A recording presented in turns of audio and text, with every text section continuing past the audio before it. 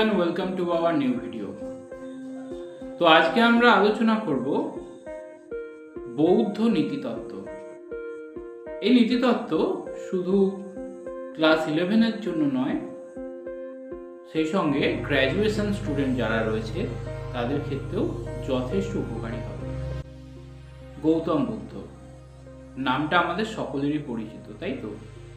Class 6-এ এই প্রথম গৌতম বুদ্ধের সঙ্গে বোধহয় তোমাদের আলাপ, এবং সেখানে তোমরা পড়েছিলে যে গৌতম বুদ্ধ ছিলেন রাজার পুত্র, কিন্তু বিশ্ববাসীর দুঃখ কষ্ট ও জ্বালা যন্ত্রণা দেখে তিনি সমস্ত কিছু ত্যাগ করে সন্ন্যাস গ্রহণ করেন, দীর্ঘকাল তপস্যা করেন, সিদ্ধি লাভ করেন এবং পূর্বে যার নাম ছিল সিদ্ধার্থ বোধি লাভ করার পর তিনি হয়ে যান গৌতম বুদ্ধ। এখন প্রশ্ন হলো, গৌতম বুদ্ধ সিদ্ধি লাভের পর কি জানতে পেরেছিলেন? তো বলে রাখি, গৌতম বুদ্ধ সিদ্ধি লাভের ফলে 4টি সত্যের সন্ধান পেয়েছিলেন। প্রথমত, দুঃখ আছে, জীবনে সমস্ত কিছুই দুঃখময়। দ্বিতীয় আর্য সত্যে তিনি দুঃখের কারণ অনুসন্ধান করেন। তিনি দ্বাদশ নিদান বা 12টি কার্যকারণ শৃঙ্খলের দ্বারা দেখান যে দুঃখের মূল কারণ হলো অবিদ্যা। এই 12টি শৃঙ্খল হলো দুঃখ, জাতি, ভব, উপাদান, তৃষ্ণা, বেদনা, স্পর্শ, সরায়তন, নাম, রূপ, সংস্কার, অবিদ্যা। এবং অবিদ্যাই যেহেতু দুঃখের মূল কারণ, তৃতীয় আর্য সত্যে তিনি বলেন অবিদ্যাকে জীবন থেকে দূরীভূত করতে পারলেই দুঃখ থেকে মুক্তি সম্ভব। অর্থাৎ দুঃখেরও মুক্তি আছে, দুঃখ আছে ঠিক, কিন্তু দুঃখ এতটাও শক্তিশালী নয় যে তাকে পরাজিত করা যাবে না। তৃতীয় আর্য সত্যে তিনি আশার প্রদীপ জ্বালিয়েছিলেন সকলের মনে যে দুঃখ থেকে নিবৃত্তি আছে, এবং চতুর্থ আর্য সত্যে তিনি দুঃখ থেকে নিবৃত্তির পথের কথা বলেন। তার নির্দেশিত দুঃখ থেকে নিবৃত্তির পথ ছিল মোট 8টি, তাকে তাই অষ্টাঙ্গিক মার্গ বলা হয়। আজকের এই ভিডিওতে আমরা এই অষ্টাঙ্গিক মার্গকে নিয়ে আলোচনা করব। সমগ্র ভিডিওটি সঙ্গে থাকার জন্য, সমগ্র ভিডিওটি দেখার জন্য অনুরোধ রইল। তো অষ্টাঙ্গিক মার্গের প্রথম মার্গ হচ্ছে সম্যক দৃষ্টি। 4টি আর্য সত্যের যথার্থ জ্ঞানই হলো সম্যক দৃষ্টি। জীবনে অবিদ্যাই দুঃখের মূল কারণ, গৌতম বুদ্ধ এটি স্পষ্টভাবে বলে গেছেন, তাই তো? এবং দুঃখ থেকে মুক্তি লাভ করতে গেলে অবিদ্যাকে দূরীভূত করতে হবে। এবং অবিদ্যা দূরীভূত হওয়া কখন সম্ভব? যখন মিথ্যা জ্ঞান পরিহার করে আমরা সত্য জ্ঞানকে জীবনে গ্রহণ করব। তাই প্রথম আর্য সত্যে, প্রথম মার্গে গৌতম বুদ্ধ কি বলছেন না, আমাদের উচিত দুঃখকে দূরীভূত করার জন্য প্রথমে সম্যক জ্ঞান লাভ করা। সম্যক জ্ঞান কি কি? না, জীবনে দুঃখ আছে, দুঃখের কারণ আছে, দুঃখ থেকে নিবৃত্তি আছে এবং দুঃখ থেকে নিবৃত্তির উপায় আছে। যখন কোনো ব্যক্তির অন্তরে এই 4টি আর্য সত্যের জ্ঞান স্থাপিত হবে, তখন কি হবে না, সে প্রকৃত অর্থে জ্ঞানী হয়ে উঠবে। এছাড়া বাকি সমস্ত জ্ঞানকেই গৌতম বুদ্ধ অবিদ্যা বলেছেন। সে টাকা পয়সার জ্ঞান হোক, বিদ্যা শিক্ষার জ্ঞান হোক, বা ব্যবসা বাণিজ্যের জ্ঞান হোক, বা চিকিৎসা শাস্ত্রের জ্ঞান হোক, সমস্ত জ্ঞানই কিন্তু অবিদ্যা। একমাত্র বিদ্যা হলো কি না, 4টি আর্য সত্যের জ্ঞান। তো এই কারণে গৌতম বুদ্ধ 4টি আর্য সত্যকে জানতে প্রথমে নির্দেশ দিয়েছেন। এটাই হলো প্রথম মার্গ। কিন্তু কেবল সত্য জ্ঞানই দুঃখ থেকে মুক্তি লাভের উপায় নয়, এটি একটি শর্ত মাত্র। যদি কোনো ব্যক্তি সত্য জ্ঞানের অধিকারীও হয়, কিন্তু তার দুঃখ থেকে মুক্ত হওয়ার দৃঢ় ইচ্ছা না থাকে, দৃঢ় সংকল্প না থাকে, তাহলে কিন্তু সে দুঃখ থেকে মুক্ত হতে পারে না। যেমন ধরো, ক্লাসে 2টো ছাত্র রয়েছে, একজন বলছে আমি পরীক্ষায় প্রথম হব, আর একজন বলছে আমি প্রতিজ্ঞা করছি আমি প্রথম হয়ে দেখাবো। দুজনের মধ্যে আমরা নিশ্চিতভাবে বলতে পারি কে প্রথম হবে? অবশ্যই যে প্রতিজ্ঞা করেছে, তাই তো? দুঃখ থেকে মুক্তি লাভের জন্য প্রতিজ্ঞা করা, দৃঢ় সংকল্প নেওয়াটা খুব দরকার। তাই গৌতম বুদ্ধের দ্বিতীয় মার্গের নাম হলো সম্যক সংকল্প। সংকল্প অর্থাৎ প্রতিজ্ঞা। দেখবে পূজাতেও প্রতিজ্ঞা হয়। যখন পূজা হয় তখন আমরা কি করি না, ওই বিভিন্ন অর্থ দিয়ে পুরোহিত মশাইকে বলি যে আমার নামে একটা সংকল্প করে দিন, এবং তিনি সেটা করেও দেন। সংকল্প মানে কি? প্রতিজ্ঞা। যেখানে ওই পুরোহিত ঠাকুর কি করে, আপনার নামে বা তোমার নামে প্রতিজ্ঞা করে যে এই পুজোটা সে তোমার হয়ে করবে এবং তার সুফল বা কুফল তোমার উপর বর্তাবে। তো যাই হোক, এখানে দ্বিতীয় আর্য সত্য, দ্বিতীয় মার্গ হলো সম্যক সংকল্প। এই সম্যক সংকল্পে কি করা হয়? সাধককে প্রতিজ্ঞা করতে হয় যে সে দুঃখ থেকে মুক্তি লাভের জন্য সচেষ্ট হবে। প্রতিজ্ঞা না করলে কিন্তু এটা সম্ভব নয়। তৃতীয় আর্য সত্যের নাম হলো সম্যক বাক। বাক শব্দের অর্থ আমরা সবাই জানি। বাগদেবী কাকে বলা হয়? সরস্বতীকে। তিনি কথার দেবী, তাই তো? তার মানে বাক মানে হচ্ছে কথা, সম্যক মানে হচ্ছে সত্য, সত্য কথা। হঠাৎ করে সত্য কথার উপর গৌতম বুদ্ধ এত জোর দিলেন কেন? কারণ এ কথা আমরা সবাই জানি যে মিথ্যাবাদীর সংকল্পের কোনো দাম নেই। একজন মিথ্যাবাদীর কথা দেওয়া বা একজন মিথ্যাবাদীর প্রতিজ্ঞার কোনো দাম থাকে না। সেই জন্য প্রত্যেক ব্যক্তি যারা সত্যবাদী হয় তাদের প্রতিজ্ঞার দামও কিন্তু খুব বেশি হয়। সে চাইবে জীবন দিয়ে হলেও সে তার প্রতিজ্ঞা রক্ষা করতে, একজন সত্যব্রত ব্যক্তি, তাই তো? কিন্তু একজন মিথ্যাব্রত ব্যক্তির ক্ষেত্রে এটা সম্ভব নয়। সে কখনোই তার প্রতিজ্ঞা যদি স্বার্থে আঘাত আনে তখন সে প্রতিজ্ঞা ভেঙে দেবে, কিন্তু তার স্বার্থকে বিঘ্নিত হতে দেবে না। সেই জন্য গৌতম বুদ্ধ বলছে আমাদের উচিত সত্য কথা বলার অনুশীলন করা। কিন্তু গৌতম বুদ্ধ এখানে একটা বিধিনিষেধ আরোপ করেছেন। বলছেন সত্য কথা বলা খুব ভালো কথা, তার মানে এই নয় যে আমরা অপ্রিয় সত্যগুলো বলবো। অপ্রিয় সত্য কেমন? যেমন হয়তো কেউ হয়তো চোখে দেখতে পায় না, আমি তাকে বলছি কানা। কেউ হয়তো ঠিকঠাকভাবে হাঁটতে পারে না, তাকে আমি বলছি খোঁড়া বা খঞ্জ। এই অন্ধ, পঙ্গু, খঞ্জ, মুখ, বধির এদের নামে সম্ভাষণ করা এটা কিন্তু এক ধরনের সত্য হলেও কটু সত্য। গৌতম বুদ্ধ কিন্তু কটু সত্য বলতে বারণ করছেন। প্রত্যেক মানুষের উচিত প্রিয় সত্য কথা বলা, অপ্রিয় সত্য কথা বলা নয় কিন্তু। তো সেই কারণে আমাদের উচিত সত্য কথা তো বলবোই, সেই সঙ্গে প্রিয় সত্য কথা বলতে হবে। তাছাড়া গৌতম বুদ্ধ বলছে অত্যাধিক কথা বলাটাও কিন্তু একটা দোষ। মানুষের উচিত সবসময় স্বল্প কথা বলা। প্রয়োজনের অতিরিক্ত কথা বললে কি হয় না, আমাদের মুখ থেকে অনেক বেফাস কথা বেরিয়ে পড়ে বা আমাদের নিজেদের অজান্তেই অনেক মিথ্যা কথা বেরিয়ে পড়ে, এবং সেই মিথ্যাকে সত্য করার জন্য আমাকে আরও কিছু মিথ্যা বলতে হয়। একথা তো তোমরা জানোই যে একটা মিথ্যাকে চাপা দিতে আমাদের 100টা মিথ্যা বলতে হয়। তাহলে সেই 100টা মিথ্যাকে চাপা দিতে গেলে আমাকে আরও 1000টা মিথ্যা বলতে হবে। এইরকমটাই হয়ে আসছে। তো সেই কারণে কি বলছে গৌতম বুদ্ধ, আমাদের উচিত সর্বদা সত্য কথা বলা, স্বল্প কথা বলা, প্রয়োজনে মৌনব্রত ধারণ করা, এবং যদিও কথা বলো সেটা যেন প্রিয় সত্য হয়। অপ্রিয় সত্য কথা কখনোই বলা যাবে না। এটাই হচ্ছে তৃতীয় মার্গ, যেটার নাম হচ্ছে সম্যক বাক। চতুর্থ মার্গ হলো সম্যক কর্মান্ত। একটা কবিতা ছিল ছোটবেলা, তোমরা হয়তো পড়েছো, আমাদের দেশে হবে সেই ছেলে কবে, কথায় না বড় হয়ে কাজে বড় হবে। অর্থাৎ কথায় বড় তো আমরা সবাই হতে পারি, কাজে বড় হওয়াটা খুব গুরুত্বপূর্ণ। গৌতম বুদ্ধ বলছে একজন ব্যক্তি যদি সত্যব্রত গ্রহণও করে তাহলেও কিন্তু সে দুঃখ থেকে মুক্তি লাভ করবে না যদি না তার কাজটা ভালো হয়। কাজেও কিন্তু সৎ হতে হবে। ধরো আমি 100 জনকে হত্যা করে ফেললাম, মেরে ফেলে এরকম ইউটিউবে বা লাইভ স্ট্রিমিংয়ে এসে আমি ঘোষণা করছি যে আমি 100 জনকে মেরে ফেলেছি। তো কি মনে হয় যে যখন আমি এটা বলছি সত্যি কি আমি দুঃখ থেকে মুক্তি লাভ করব? সত্যি কথাই তো বলছি না। সত্যি কথা বলাটাই কিন্তু যথেষ্ট নয়, কাজটাও কিন্তু সুন্দর এবং সৎ হওয়া খুব দরকার।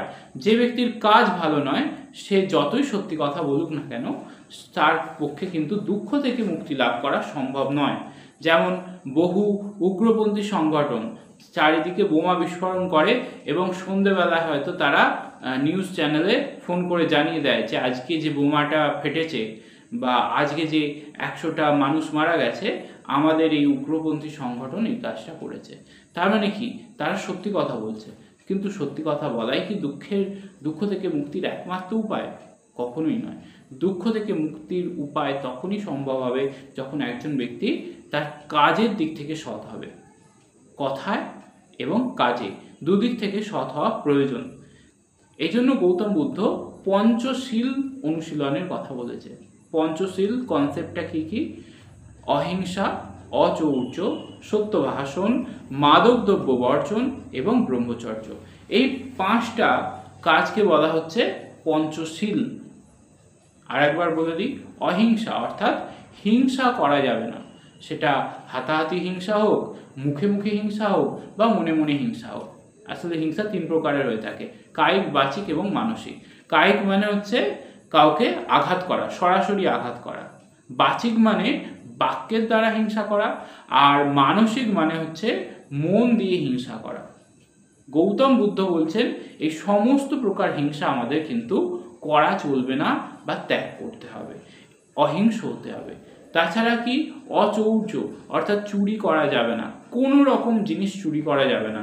বা কেউ দেয়নি সেই জিনিসটা নিয়ে নিলাম, বা বলে নেওয়া, ধরো এটা নিলাম বলে অনেকে অনেক জিনিস নিয়ে নেয়, সে পারমিশন দিল কি দিল না শোনার অপেক্ষা করে না।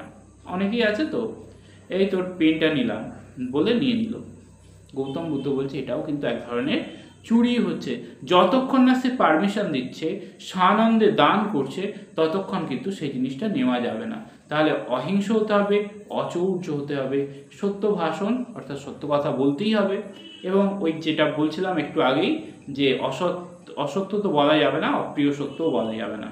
মাদক দ্রব্য বর্জন। গৌতম বুদ্ধ কিন্তু নেশার সম্পূর্ণ বিরোধী ছিলেন। বলছে নেশা মানুষকে কি করে? আচ্ছন্ন করে দেয়। এরকম আচ্ছন্ন দুর্বল ব্যক্তি দুঃখ থেকে মুক্তির পথ খুঁজতেই পারে না। বুঝতে পারলো? মানে যে নিজের বাড়ি ফেরার পথ খুঁজে পায় না, সে দুঃখ থেকে মুক্তির পথ খুঁজে পাবে? ভাবা যায় না। তো সেই জন্য গৌতম বুদ্ধ বলছে কোনো রকম নেশা করা যাবে না। এবং ব্রহ্মচর্য, পঞ্চম যে সিলটা সেটা হচ্ছে ব্রহ্মচর্য। অর্থাৎ প্রত্যেক মানুষকে কি করতে হবে? একদম ব্রহ্মচারীর মতো জীবন যাপন করতে হবে, কাম দমন করতে হবে, খুব ভোগ বিলাসপূর্ণ জীবন, ভালো খাওয়া, ভালো পড়া, ভালো শোয়া, এই সমস্ত জিনিসগুলো ত্যাগ করতে হবে। ব্রহ্মচর্যের এক্সাম্পল হচ্ছে চৈত্র মাসে যারা সন্ন্যাস নেয়, অনেক জায়গাতেই নেয় দেখবে, তারা যে জীবনটা যাপন করে, অর্থাৎ খালি পায়ে হাঁটা, দিনে একবার খাওয়া, বা হচ্ছে মাটিতে শয়ন করা, এই রকম জীবন, বা এক বস্তে জীবন যাপন করে দেওয়া, এই যে ব্যাপারটা, এটা কি ব্রহ্মচর্য বলা যেতে পারে। এছাড়া সমস্ত রকম লৈঙ্গিক সম্পর্ক যে অ্যাক্টিভিটিগুলো রয়েছে সেগুলো পুরোপুরি ত্যাগ করাই হচ্ছে ব্রহ্মচর্য। বলছে এই 5টা কর্ম আমাদের করতেই হবে। এটাই হচ্ছে সম্যক কর্মান্ত, অর্থাৎ 4 নম্বর মার্গ। এখনও কিন্তু অষ্টাঙ্গিক মার্গের আরও 4টি মার্গ রয়েছে। পঞ্চম মার্গ হচ্ছে সম্যক আজীব। আজীব মানে হচ্ছে জীবিকা। জীবিকা যদি খারাপ হয়, কোনো ব্যক্তির জীবিকা খারাপ হলে সে ব্যক্তি যত ভালোই হোক না কেন, সে যতই সত্যবাদী হোক না কেন, তার কাজ যতই সে পঞ্চশীলের পালন করুক না কেন, কিন্তু কি হবে না, সে কখনোই দুঃখ থেকে মুক্তি লাভ করতে পারবে না। অর্থাৎ আমরা যে অন্নটা গ্রহণ করছি সেটা যদি সৎ পথে না হয়, তাহলে কিন্তু আমাদের দুঃখ থেকে মুক্তি লাভ সম্ভব নয়। এরকম একটি গল্প আছে, মানে একজন ব্রাহ্মণ ছিল আর কি, সে খুব নির্লোভ ছিল, সারা জীবন সে সততার সঙ্গে জীবনযাপন করেছে। একদিন দুপুরবেলায় সে ভিক্ষা করে বাড়ি ফিরছে, হঠাৎ তাকে একজন বাড়িতে খাওয়ার জন্য আমন্ত্রণ জানিয়েছে। আগে এই ব্যাপারটা, প্রথাটা ছিল ব্রাহ্মণ ভোজন করানো, যে সে যখন তখন রাস্তার লোককে ডেকে খাইয়ে দিত, অতিথি সেবা বলা হয়। তো ব্রাহ্মণকে ডেকেছে, ভালো রকমভাবে খেতে দিয়েছে, এবং ব্রাহ্মণ খেয়ে খুব খুশি হয়েছে। ফেরার পথে ব্রাহ্মণ দেখলো যে তারা যেসব জিনিস দিয়ে খেতে দিয়েছে সে সমস্ত বাসনই কিন্তু রূপোর বাসন। ফেরার পথে সে কি করে, সেই রূপোর বাসনের মধ্যে একটা ছোট্ট রূপোর চামচ ছিল, সে রূপোর চামচটা সে কোনো ক্রমে আড়াল করে ঝোলায় ভরে বাড়িতে চলে আসে। বাড়িতে এসে তার স্ত্রীকে দেখায়, এ দেখো আমি একটা রূপোর চামচ পেয়েছি। স্ত্রী তো দেখেই সন্দেহ করে, কারণ ভিক্ষায় কেউ রূপোর চামচ দেয় না, আমরা সবাই জানি।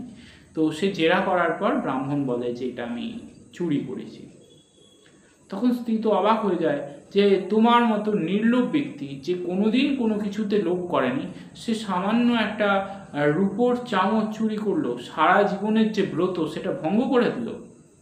ব্রাহ্মণও মনে মনে অবাক হলো যে সত্যিই তো, আমি তো মানে আমার জীবনে তো অনেক মূল্যবান মহার্ঘ বস্তু আমার সামনে এসেছে, কোনোদিন সেগুলোর দিকে ফিরে তাকাইনি, হঠাৎ করে আজকে কি হলো যে আমি এই জিনিসটাকে চুরি করে নিলাম।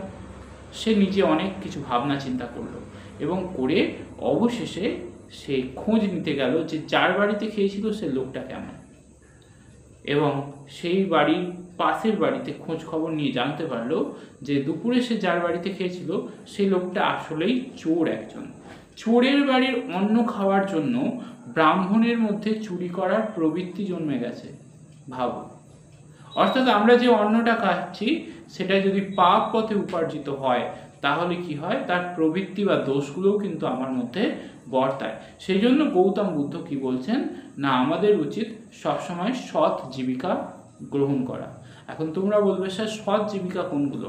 গৌতম বুদ্ধ বলছেন কৃষিকাজ অবশ্যই একটা সৎ জীবিকা, ব্যবসা বাণিজ্যও সৎ জীবিকা যদি সততার সঙ্গে করা হয়, বেশি ঠকানো বা ওজনে কারচুপি বা ওই জিনিসপত্রে কি বলা যেতে পারে ভেজাল না দেওয়া হয়, তাহলে কিন্তু ব্যবসা একটা সৎ জীবিকা। এছাড়া গৌতম বুদ্ধ ভিক্ষাকেও সৎ জীবিকা বলছেন। পশুপালনও সৎ জীবিকা, তবে হ্যাঁ যদি কেউ পশু পালন করে ওই তার কেটে মাংস বিক্রি করার জন্য, তাহলে সেটা কখনোই সৎ জীবিকা নয়। যাই হোক, আর এই জীবিকাগুলো গ্রহণের কথা বলেছেন। আর অসৎ জীবিকা কোনগুলো? অসৎ জীবিকা হচ্ছে পশু ব্যবসা, বিষ ব্যবসা, দেহ ব্যবসা, অস্ত্র ব্যবসা, এই সমস্ত ব্যবসাগুলোকে গৌতম বুদ্ধ কি বলছেন, সর্বদা ত্যাগ করতে বলছেন। এই ব্যবসাগুলো কখনোই করা যাবে না, কারণ এগুলো আলটিমেট হিংসাকেই ছড়ায়। যেমন পশু ব্যবসা, ওই পশুর মাংস কেটে বিক্রি করে, তাদের জীব হত্যা করে ফেলছে। বীজ ব্যবসা, অনেকে হয়তো ওই বিভিন্ন কীটনাশক বা হচ্ছে ওই কি বলা যেতে পারে মাথার উকুন টুকুন ইত্যাদি মারার জন্য ওষুধ বিক্রি করে, বাড়িতে ইঁদুরের উপদ্রব হলে ইঁদুর মারার জন্য বিষ বিক্রি করে। যে কোনো ধরনের বিষ ব্যবসা করা যাবে না। অস্ত্র ব্যবসাও কিন্তু করা যাবে না।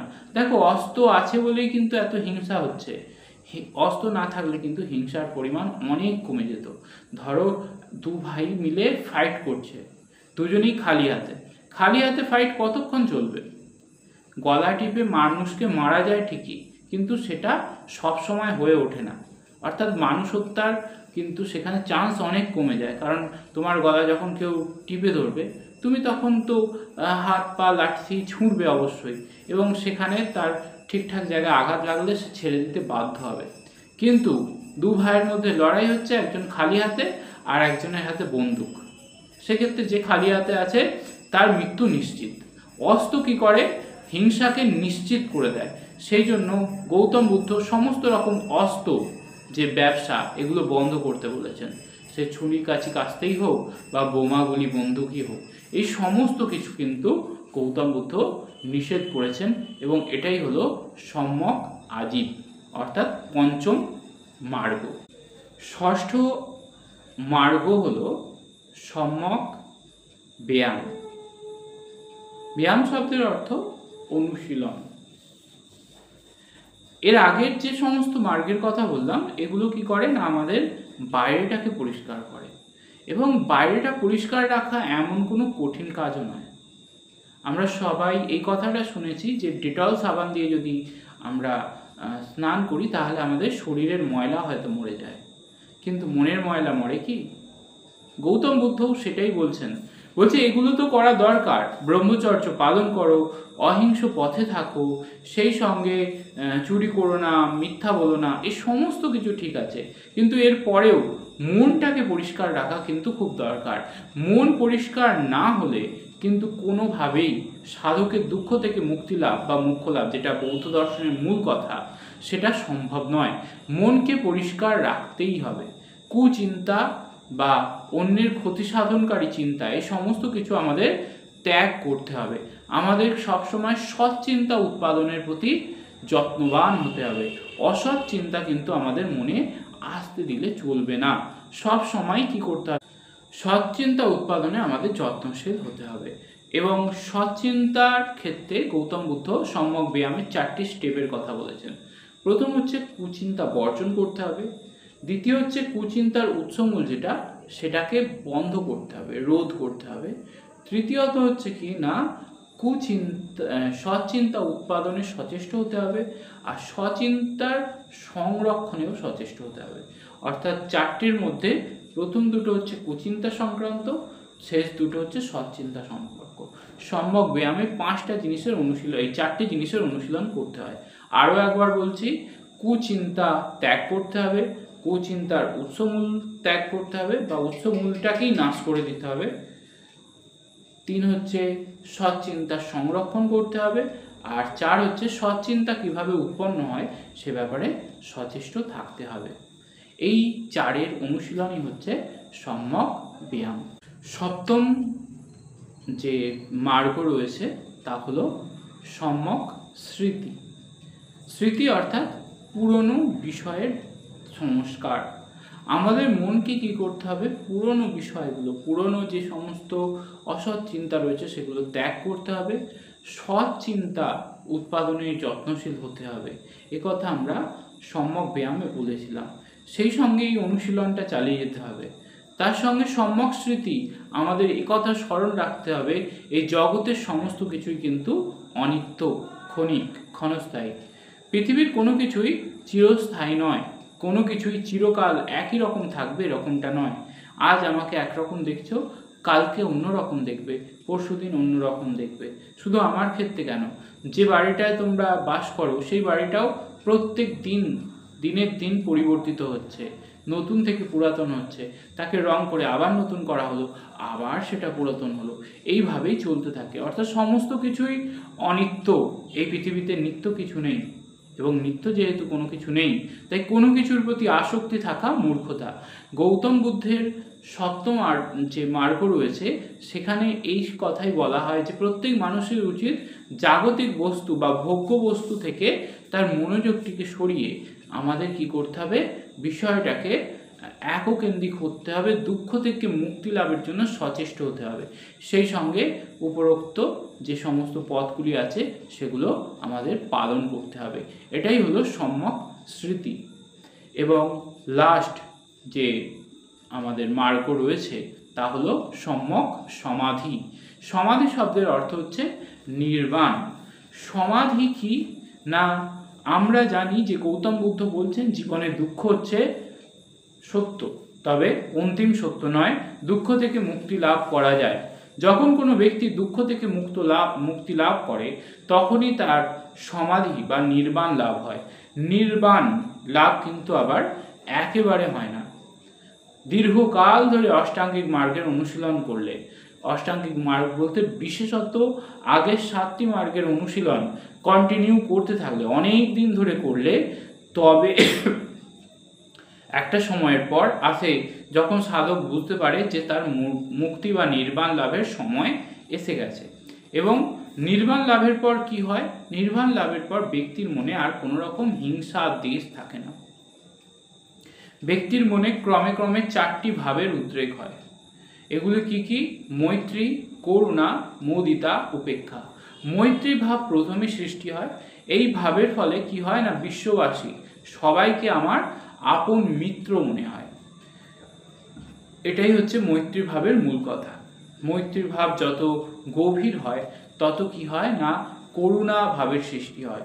অর্থাৎ বিশ্ববাসীকে যখন আমরা আত্মীয় ভেবে নেব, আপন মিত্র ভেবে নেব, তখন তাদের দুঃখের প্রতি আমরা কাতর হয়ে পড়ব এবং তাদের দুঃখ থেকে মুক্তি লাভের জন্য আমরা কিন্তু চিন্তিত হয়ে পড়ব।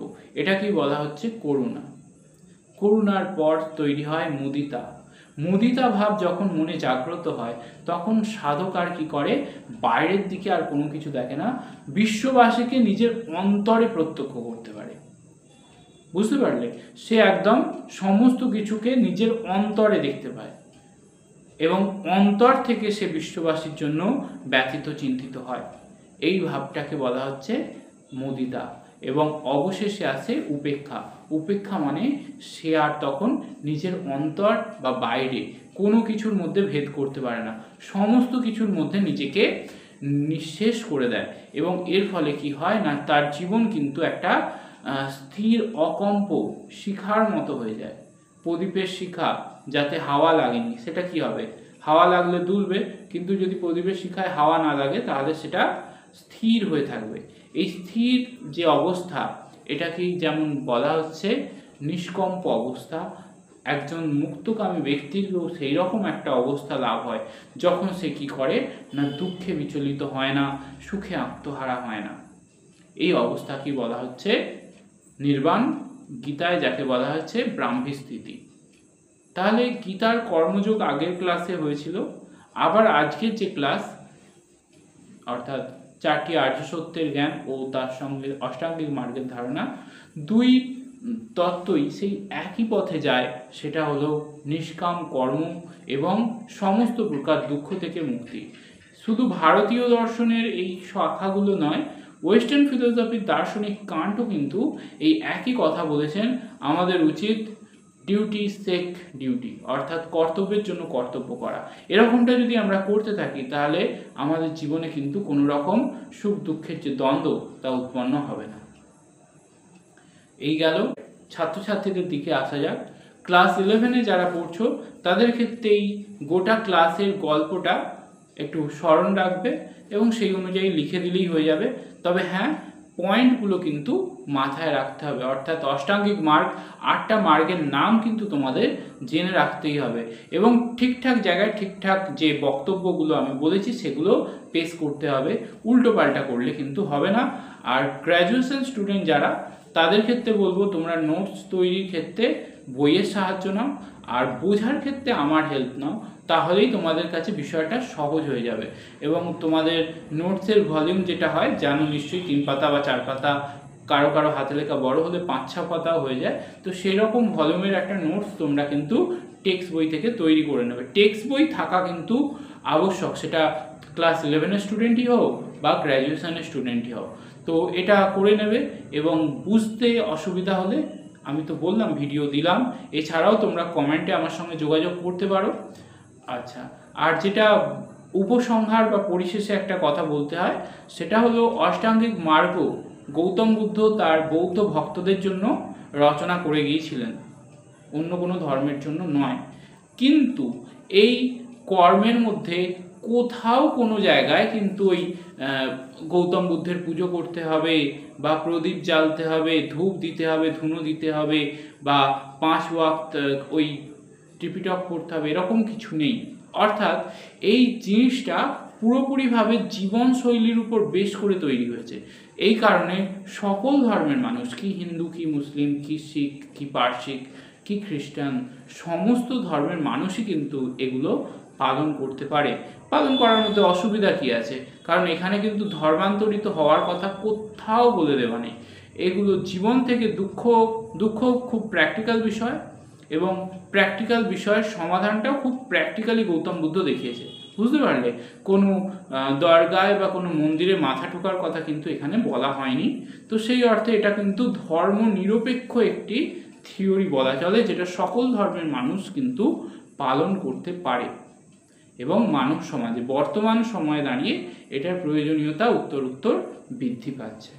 তো ভিডিও এই পর্যন্তই রইল। ভিডিও কেমন লাগলো তা কমেন্টে জানিও। চ্যানেলে নতুন হলে সাবস্ক্রাইব করো, বন্ধুদেরকেও বলো আমার এই ভিডিওটা দেখার জন্য এবং আমার চ্যানেলটা সাবস্ক্রাইব করার জন্য। ধন্যবাদ।